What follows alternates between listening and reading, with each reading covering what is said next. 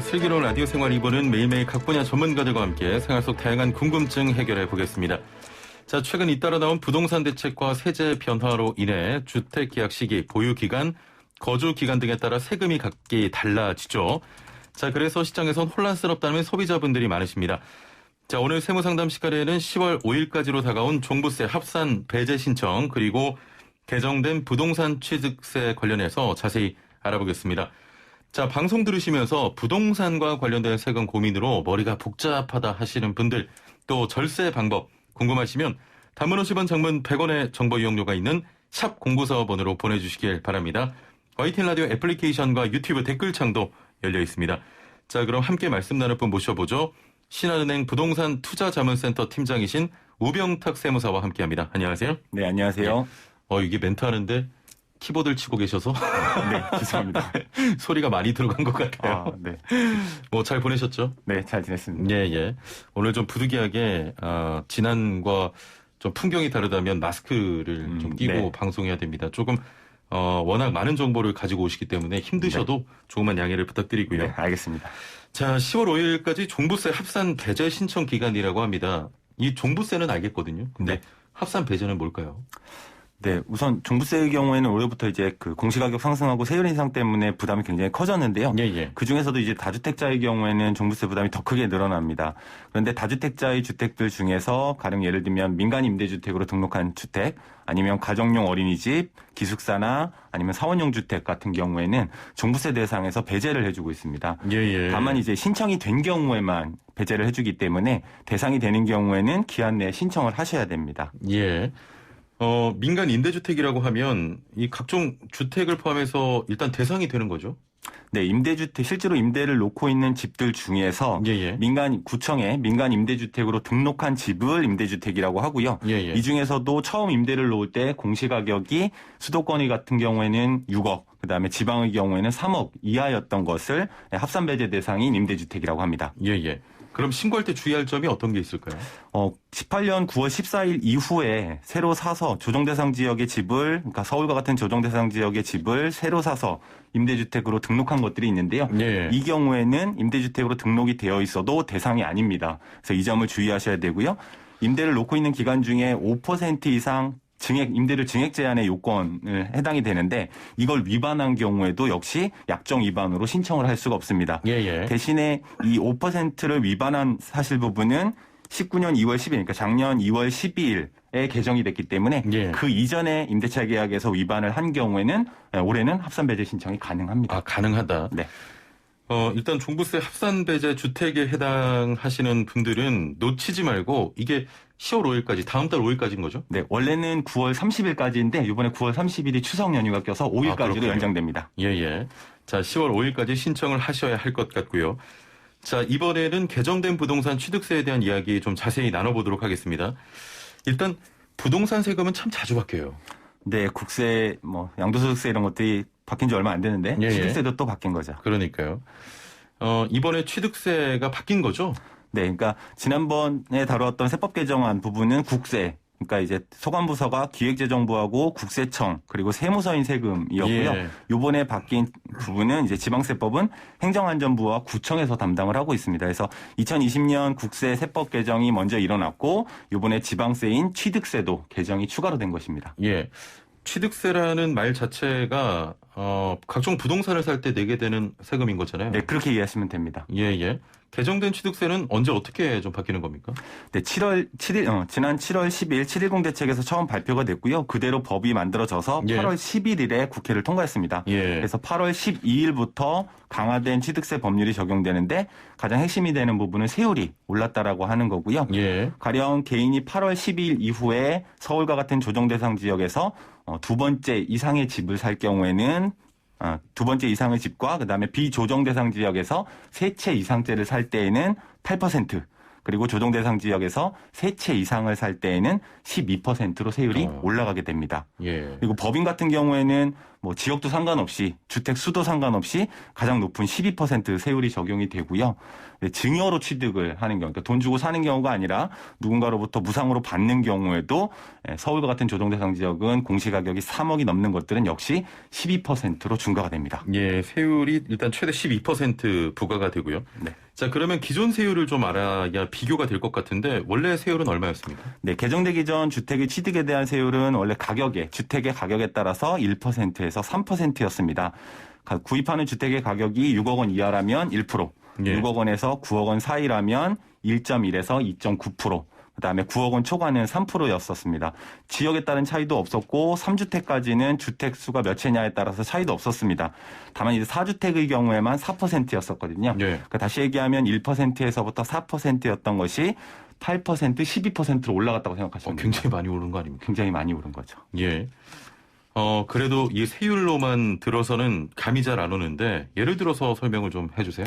네, 가령 2주택으로 두 번째 집을 취득하고 했을 때 10억 원짜리 집이라고 하면 전에는 3%, 3천만 원을 냈던 거고요.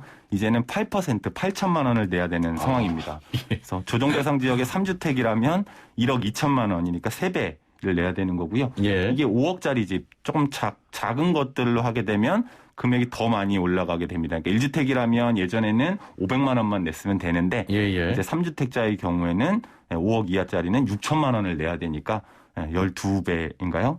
이렇게 예. 올라가게 되는 상황이 됩니다. 아니 그 취득세 인상 대상이 조금 전에 조정 대상 지역 이야기를 해 주셨는데 현재 서울과 경기도 웬만한 그곳은 모두 조정 대상 지역이잖아요. 네, 대전과 청주 같은 지역들까지도 조정 대상 지역이죠. 그러니까요. 그러면 수도권 대부분 지역에서 아파트를 살 경우에는 그 모두 취득세가 좀 인상된다고 봐야 되겠습니까? 그러니까 이제 그 혼동하지 마셔야 될 거는 1주택자의 경우에는 기존 세율을 그대로 적용받을 수 있는 1주택은 거고요. 괜찮고. 네, 두 번째 집을 사는 경우부터 중과가 된다라고 보시면 됩니다. 근데 경우에 따라서는 일시적 2주택이라고 해서 잠깐 동안 집이 두 채가 되는 경우도 있을 수 있거든요. 맞아요. 그래서 이런 경우를 좀 주의를 하셔야 되는 거죠. 예. 아니 근데 세율이 많이 올랐네요. 네, 많이 올랐습니다. 그러니까 집을 사기가 쉽지 않은 상황이 좀 됐습니다. 예. 다주택자가 새로 집을 구입하게 되면 무주택자나 1주택자에 비해서 더 많은 취득세를 내야 한다 이겁니다. 자, 개인뿐만 아니라 법인 취득세와 증여 취득세도 함께 오른 겁니까? 네, 법인의 경우에는 아까 말씀드린 것처럼 지역도 상관없고 집수도 상관없이 무조건 12%, 여기에 이제 부수적으로 붙는 세금들을 다 합하면 13.4%까지 취득세가 올라가게 되고요. 예. 서울과 같은 조정 대상 지역에서 공시가격으로 3억이 넘는 집을 사는 경우가 아니라, 돈을 주고 사는 경우가 아니라 증여로 받는 경우에도 역시 13.4%의 취득세를 내야 합니다. 예. 그러면 일시적 2주택은 좀 그 기간이 어떻게 됩니까? 기본적으로는 3년 안에 처분을 하면 되는데요. 3년 안에. 이게 이제 서울과 같은 조정 대상 지역에서는 이 기간이 다시 1년으로 줄어듭니다. 그러니까 일시적으로 두 채를 갖고 있을 수 있는 기간이 원래 원칙은 3년이지만 서울과 같은 조정 대상 지역이라고 하면 1년 안에 처분을 하셔야 됩니다. 빨리 팔아야 된다는 거죠. 예. 아니 증여의 경우엔 3억 원이 넘을 때만 이 중과가 된다는 건데 그러면 가령 9억 원짜리 집을 좀 3분의 1씩 나눠서 증여하는 경우도 있잖아요.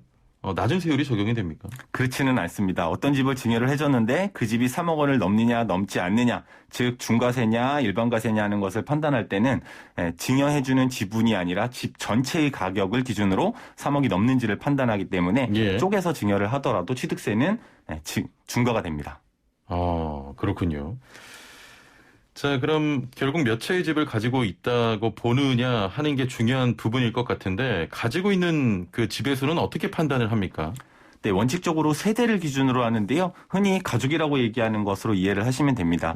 주민등록표에 기재된 가족을 한 세대로 보고요. 이때 배우자나 아니면 미혼인 30세 미만의 자녀의 경우에는 세대를 분리해서 따로 거주를 하고 있다 하더라도 같은 세대에 포함이 됩니다. 그래서 아빠가 한 채, 엄마가 한 채라면 이 세대는 두 채의 집을 가지고 있는 게 되는 거고요. 다만 이제 미혼 30세 미만의 자녀이기는 한데 주민등록상 세대가 분리가 되어 있고 그다음에 중위소득, 이 중위소득의 40% 이상, 그게 이제 금액으로 환산하면 월 70만 원인데요. 70만 원 이상의 소득을 벌면서 자녀가 따로 살고 있다면 다른 세대로 인정이 됩니다. 조금 전에 그 기간 일시적 2주택 기간 말씀하셨는데 그 한 애청자분께서 8800번입니다. 곧 입주를 앞둔 신혼부부입니다. 부모님이 제 명의로 마련해둔 수도권에 30평대 아파트가 한 채 있고요. 결혼하면서 남편 명의로 아파트를 한 채 구입했습니다. 자, 이렇게 되면 1가구 2주택이 되는 셈인데 취득세가 중과되나요? 제 명의로 된 기존 주택을 처분해야 한다던데 언제까지 처분해야 할까요? 아직 혼인신고는 전입니다 하셨네요. 네, 우선은 혼인 신고를 기준으로 법적인 혼인을 기준으로만 예. 이제 세대를 기준으로 판단을 한다라고 하는 거고요. 그다음에 분양을 받으신 상황이라고 한다면 아직 집이 지어진 상태가 아니기 때문에 기존 집을 처분하게 되면 우선 당장 살아야 될 집이 없는 게 되겠죠. 예. 이런 경우에는 집이 준공되고 나서 이제 원칙대로면 3년, 그다음에 서울이라면 1년 안에 처분하시면 되는 상황입니다. 예, 알겠습니다. 좀 오늘 내용도 아무래도 좀 바뀐 부분, 또 세율적인 부분이기 때문에 조금은 어렵습니다. 그래도 좀 고민하시는 분들 많으실 텐데요. 상담 자세히 풀어드리도록 하죠. 단문 50원, 장문 100원의 유료 문자 샵 0945번, 또 애플리케이션 댓글창 이용하시면 부동산 세금 관련 고민과 궁금증 저희가 다 해결해 드리도록 하겠습니다. 지금부터 부동산 세무상담 이어가죠. 네, 6609번님께서는 안녕하세요. 항상 잘 듣고 있어요. 부모님한테 물려받은 단독주택이 있는데 오래돼서 주택 소멸된 상태, 현재는 대지로 고물상 사용하고 있습니다. 신축은 할 수 없고 나이가 있어서 매매하고 싶은데 세금이 많이 나온다고 하니까 매매도 못하고 있답니다. 세금을 조금이나마 줄이려면 어떻게 해야 할까요 하셨네요. 네, 원래 집이 있었는데 집으로 쓰던 건물을 부수고 고물상으로 사용하라고 계시는 상황이면 통상 고물상의 경우에는 건물을 이제 같이 짓고 운영하지 않고 쌓아놓기 위한 야적장으로만 사용을 하게 되거든요.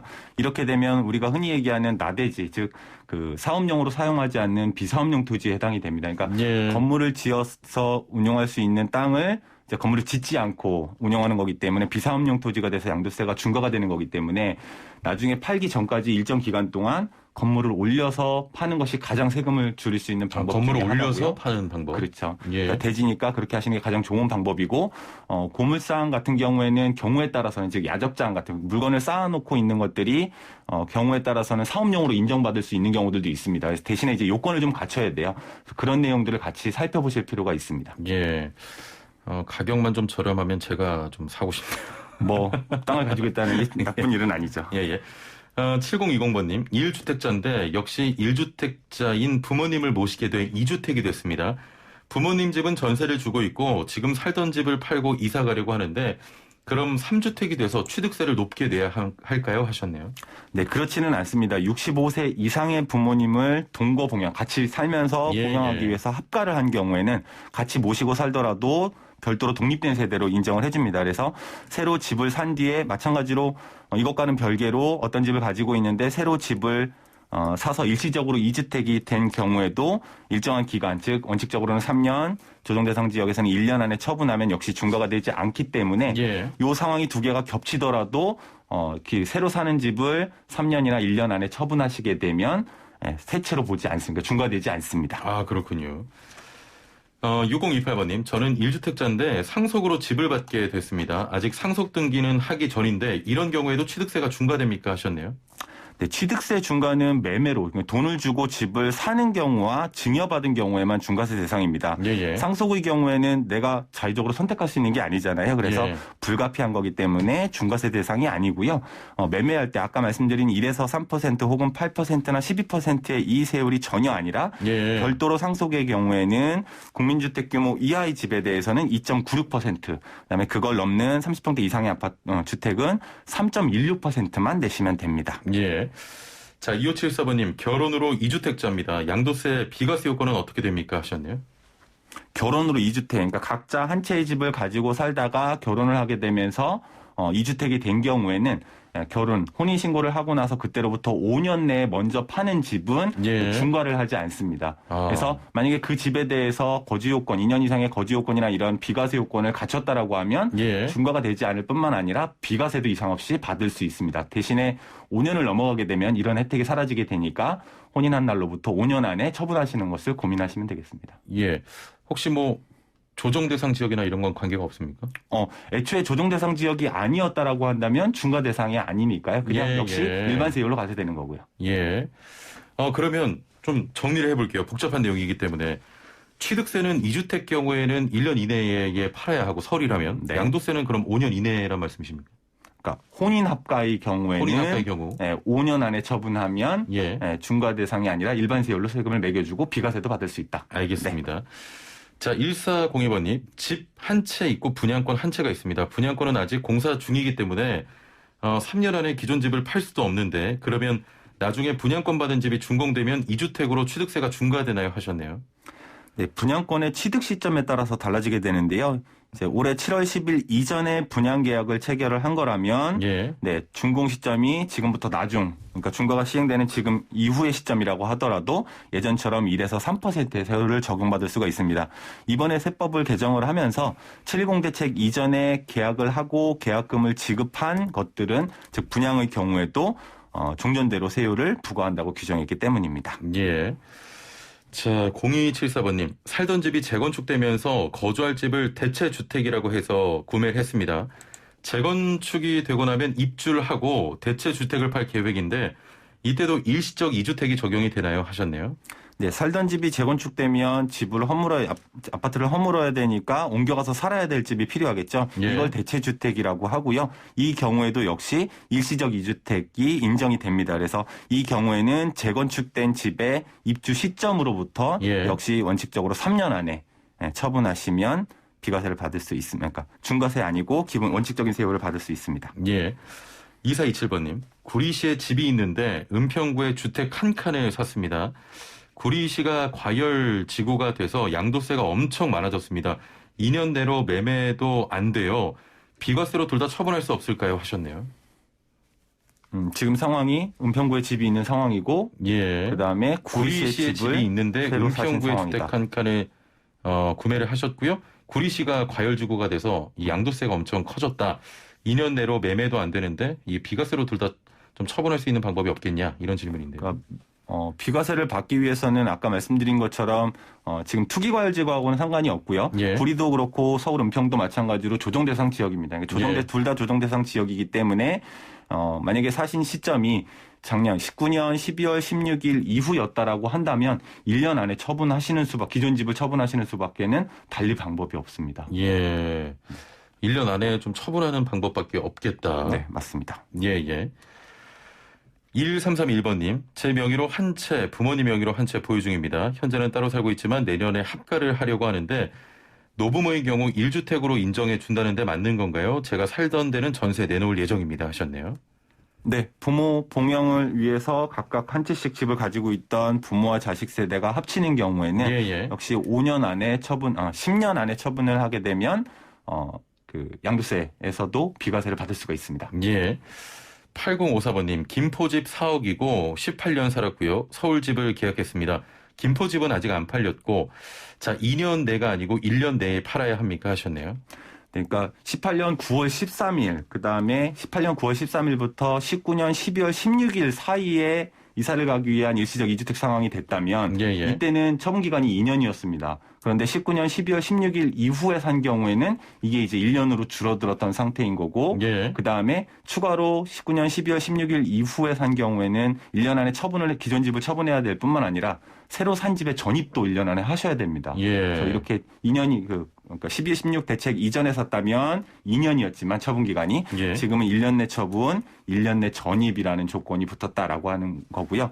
대신에 새로 옮겨가려는 집에 거기에 들어가려고 봤더니 전 세입자가 있어서 기간이 아직 남아 있어서 들어갈 수 없는 상황이다라고 한다면 이때에는 남아있는 임대차 기간 동안은 인정이 됩니다. 예, 그러니까 예. 처분 기간과 전입해야 되는 기간이 최대 2년까지 늘어날 수는 있습니다. 예. 제가 참 많은 코너를 하지만 이 부동산 세무 시간만 되면 제 머릿속이 좀 복잡해져요. 네, 제일 어렵죠. 제가 지금 맞는 진행을 하는 건지 네. 걱정과 우려도 되고 있는데 네. 그러면 이게 너무 복잡하잖아요. 내가 집을 언제 샀는지 기간도 다 따져야 되는 겁니까? 네, 기간도 다 따지셔야 됩니다. 이때 또 헷갈리는 거는 집을 보통 살 때에는 계약하고 중도금 치르고 잔금을 치르거든요. 이 중에서 언제를 사고 언제를 팔았다라고 볼 거냐를 기억을 해 두셔야 되는데요. 예. 항상 소유권 이전 등기나 잔금 이 둘 중에서 빠른 날 사고 팔았다라고 보기 때문에 예. 그러니까 쉽게는 잔금이 언제였느냐를 기준으로 기간을 잔금이 판단하시면 기준입니까? 됩니다. 예. 예. 다음부터 이 코너는 진행을 하시고 다른 분 게스트로 불러서 두 분이 하시는 게 나을 것 같아요. 네. 너무 어렵네요. 3247번님, 시간이 거의 다 됐네요. 95년 8월에 2억 오피스텔 두 채를 임대사업자로 등록해서 지금까지 임대 중이고 다른 주택은 없습니다. 2주택인가요? 종부세 대상인가요? 하셨네요.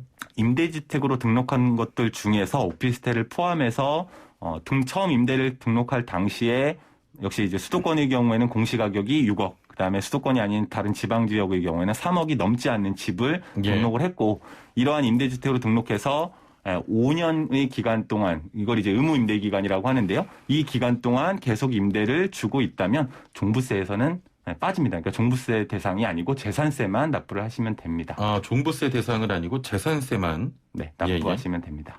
오피스텔은 주택으로 좀 포함 안 시키지 않습니까? 포함을 시킵니다. 그러니까 오피스텔의 경우에는 어떻게 임대를 주고 있느냐가 중요한데요. 예. 이 집으로 임대를 주고 있다면, 그러니까 세입자가 집으로 쓰고 있다면 집이 되는 거고, 예. 세입자가 사무실로 쓰고 있다면 사무실이 됩니다. 그래서 오피스텔은 두 가지의 성격을 다 갖고 있다고 생각하시면 됩니다. 또 알겠습니다. 어려워졌죠? 예, 너무 어렵네요. 자, 오늘 말씀은 여기까지 듣겠습니다. 감사합니다. 네, 고맙습니다. 네, 지금까지 신한은행 부동산 투자자문센터 팀장이신 우병탁 세무사와 함께했습니다.